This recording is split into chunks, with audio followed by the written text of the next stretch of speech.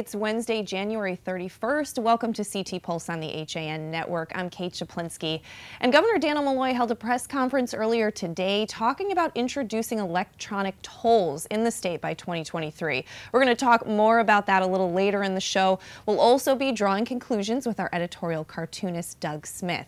But first, by phone, we have Darien's first selectman, Jamie Stevenson, a Republican who filed paperwork yesterday to run for Connecticut's next lieutenant governor. Jamie, congratulations on the decision. Thank you very much, Kate. I really appreciate that, and I appreciate the opportunity to talk with you today.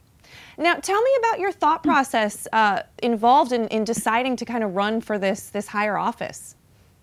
Sure. I will tell you that the decision has taken me actually a couple of years to come to.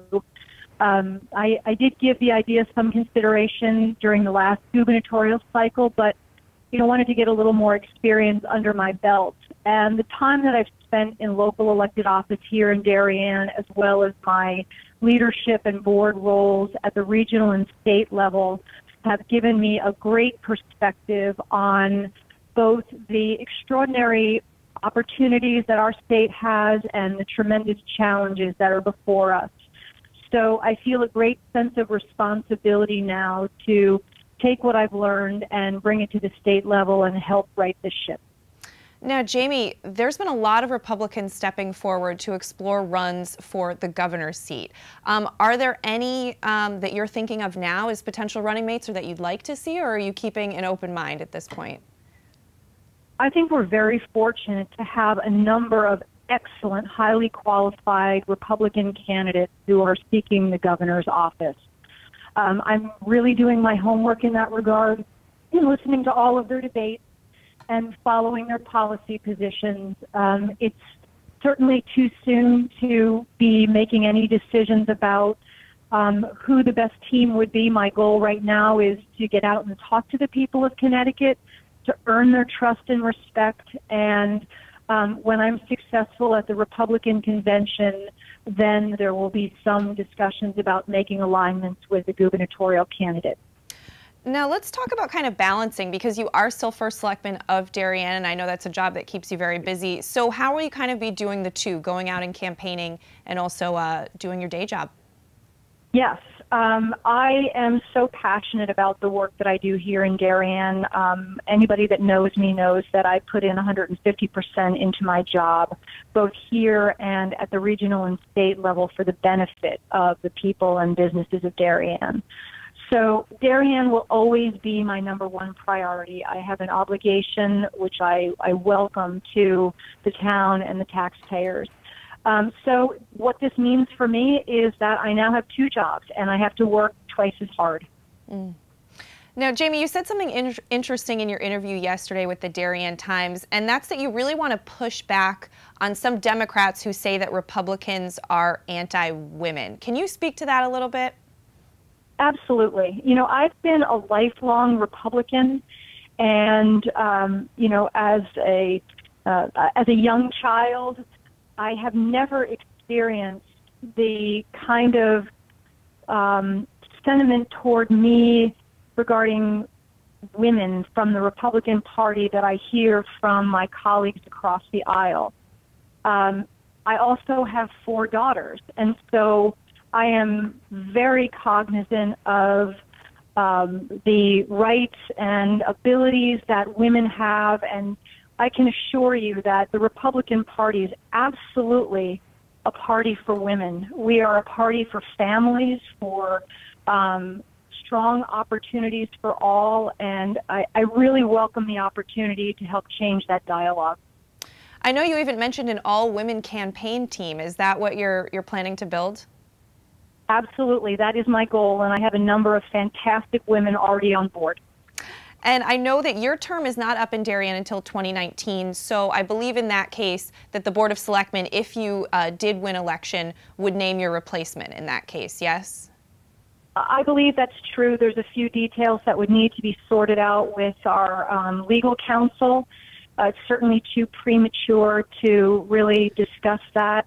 I have a very long, difficult road ahead of me, one which I take on willingly, but have no doubt that there would be a process for that. And what has the reaction been in Darien after you announced this yesterday? I've received, it's really fun for me, I've received nothing but really positive comments, not only from Republicans, but from local Democrats that I've had the opportunity to work with over my time here as first selectman. So the outreach to me since yesterday's announcement has been nothing but very positive.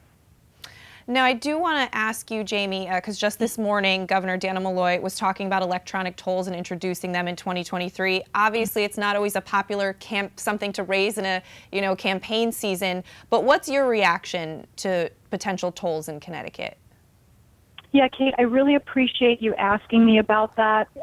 In one of my roles outside of the town of Darien, I'm the chairman of the Western Connecticut Council of Governments.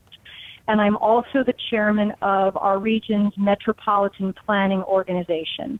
That's a lot of jargon, but what that means is I'm on the front lines of transportation planning and funding for southwestern Connecticut. And the idea of tolls, I think the jury really needs to still be out on whether tolls is the right way to go. I'm personally open-minded to the concept, but there are so many questions that are left unanswered. Probably two big ones in my mind. First and foremost, how will tolls on interstate highways impact federal funding to the state of Connecticut? There's definitely going to be an impact from some of the materials that I've read that we could be at risk for losing our federal transportation funding if we toll our interstate highways. And my second concern is for the really hardworking people who have a difficult financial time, low wages, who have to use their cars to get to and from work.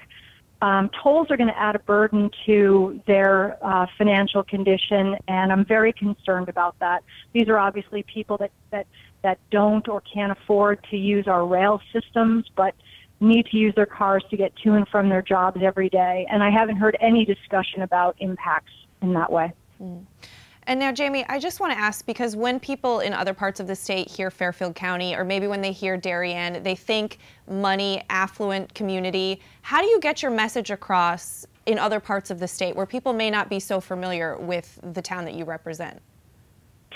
The good news is that through my affiliations with WestCog and the Connecticut Conference of Municipalities and their insurance arm, I have a regular opportunity to meet fabulous people from all across the state. I work hand in hand with the chief elected officials from all of the communities statewide.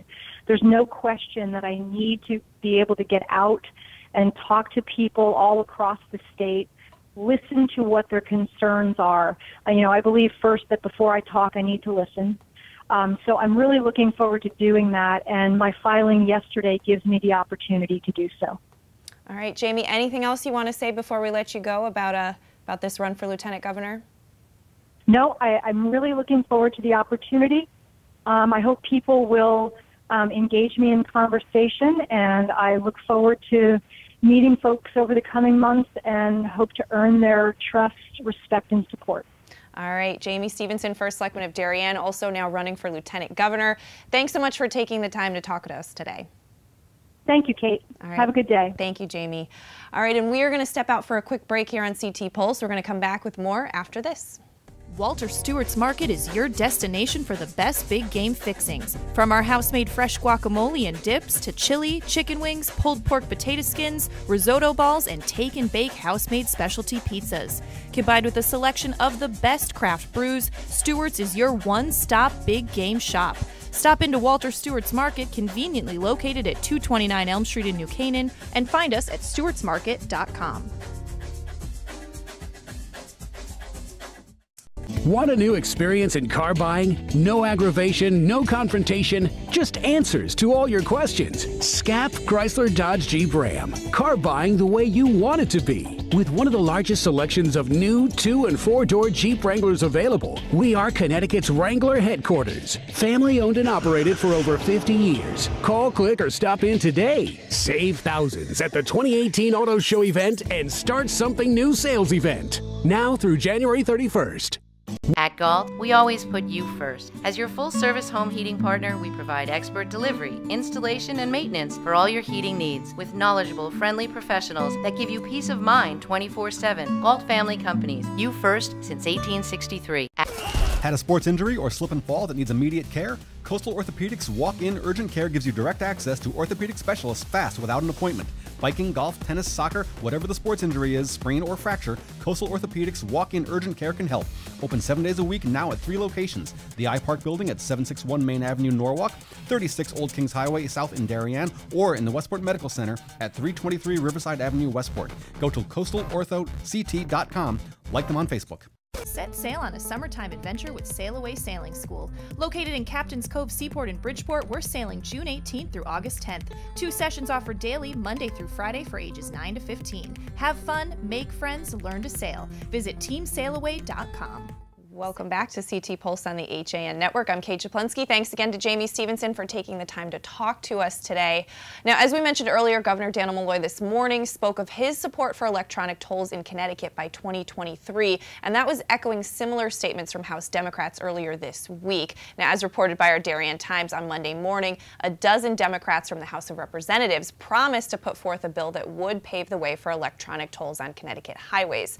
Now, the Department of Transportation would create the tolls, and the revenue generated would fund the transportation projects. Now, without tolls, they say it would be possible to see fare hikes in public transportation to cover those projects. And in early January, the state released a roster of 400 capital projects worth just over $4 billion that have been postponed over a lack of funding. Now, Governor Malloy said in part this morning that if we want to revitalize our urban centers and attract the jobs of tomorrow, we absolutely must ensure the solvency of the Special Transportation Fund, and we must do it early in this legislative session. He said we can no longer afford to wait. Now, of course, those against tolls are worried that revenue generated would be taken and used to address deficits in the state's operating budget, as opposed to actually funding transportation projects. Now, there is a lot more on this story. It's going to be in all our papers this week, as well as DarienTimes.com. And interestingly, Congressman Jim Himes was actually asked about something similar when he was in Darien last Friday at the Darien Times Coffee at the Sugar Bowl. He spoke a little bit about tolls and the state's fiscal crisis. Take a look. State in a more fiscally responsible direction. First thing you did was, of course, put the state on GAAP accounting. You know, I mean, what a honest and crazy thing to do. You know, so that all of a sudden the liabilities were very plain for all to see. So the next governor, I think, and really this is a question that should be answered by the gubernatorial candidates that I assume are going to sit here, is going to need to continue to push back on the growth of benefits and pensions and health care costs. This is not just a state issue, it's a Darien Bridgeport issue. These what they call fixed costs in municipal and state budgets are growing well in excess of the rate of inflation. That's just not sustainable. So they're going to need to keep pushing back hard on that. They're going to need to explore you know, all sorts of innovative things like you know, shifting the burden to employees saving through 401ks and IRAs, that kind of thing. They're going to need to find new revenue. Now, I doubt I would support, you know, putting in place an income tax that makes us uncompetitive with neighboring states.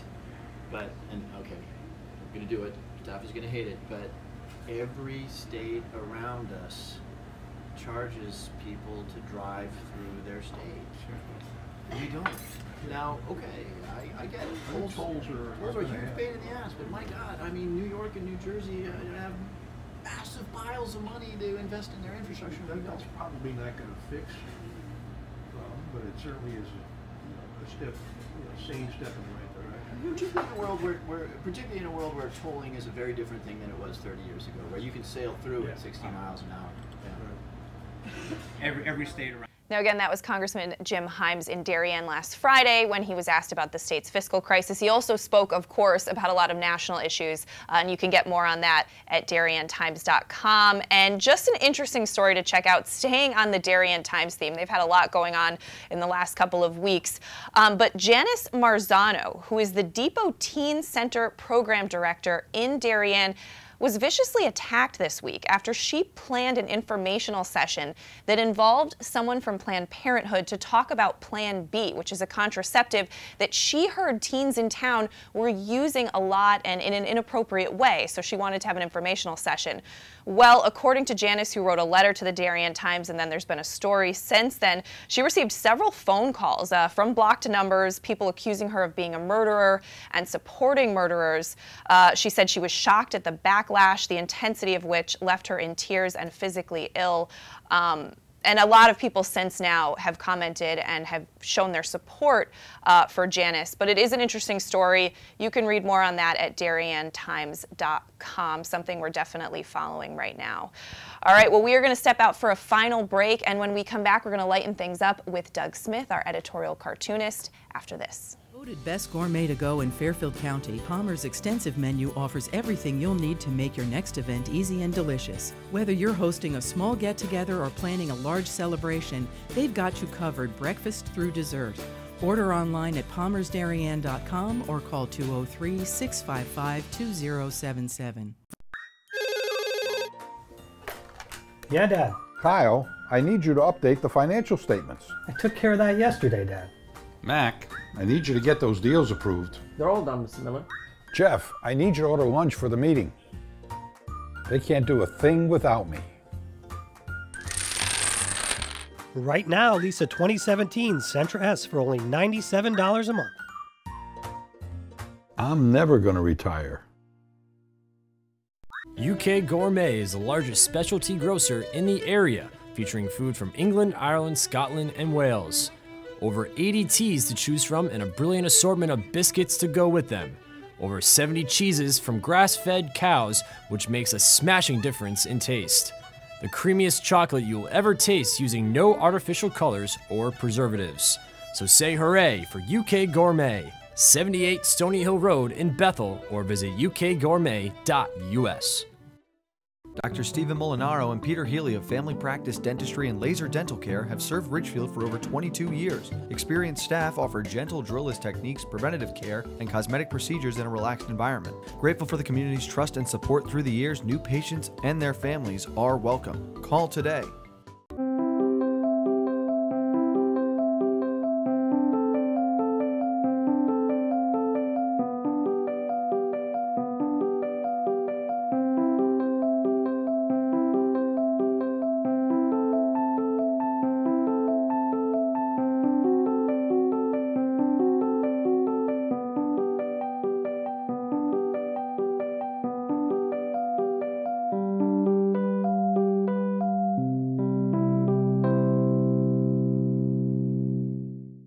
If you've ever thought about owning a motor coach or learning about what it's like to travel the open road in superior style and comfort, then contact Dave's RV Center in Danbury, Connecticut.